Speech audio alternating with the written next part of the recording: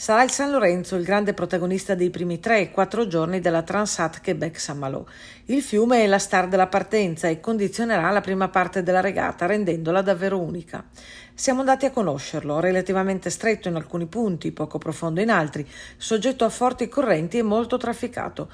Il tutto si traduce per gli equipaggi in un concentrato di difficoltà, soprattutto se il vento a disposizione sarà poco e quindi la corrente avrà la meglio. Normalmente sulle estremità del fiume la corrente addirittura a volte si inverte, a volte magari può essere favorevole andare a giocare sui bordi e questo vuol dire che bisogna andare un po' al limite, no, del pescaggio. Il rischio è quello di essere tirati un po' verso a prendersi dei rischi, sicuramente dobbiamo prendersi dei rischi.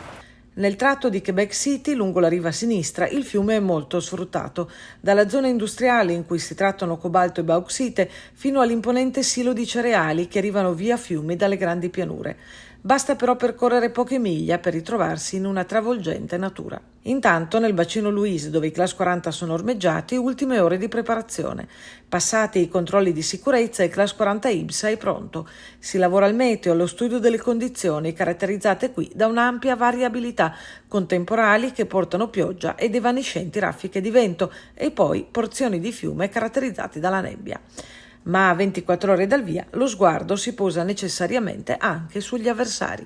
Il livello lo sappiamo in Class 40 è alto, ci sono delle barche a punto da ormai che equipaggi che lavorano insieme da 2 anni e quindi insomma ci sono le solite 10 barche che secondo me si giocano il podio.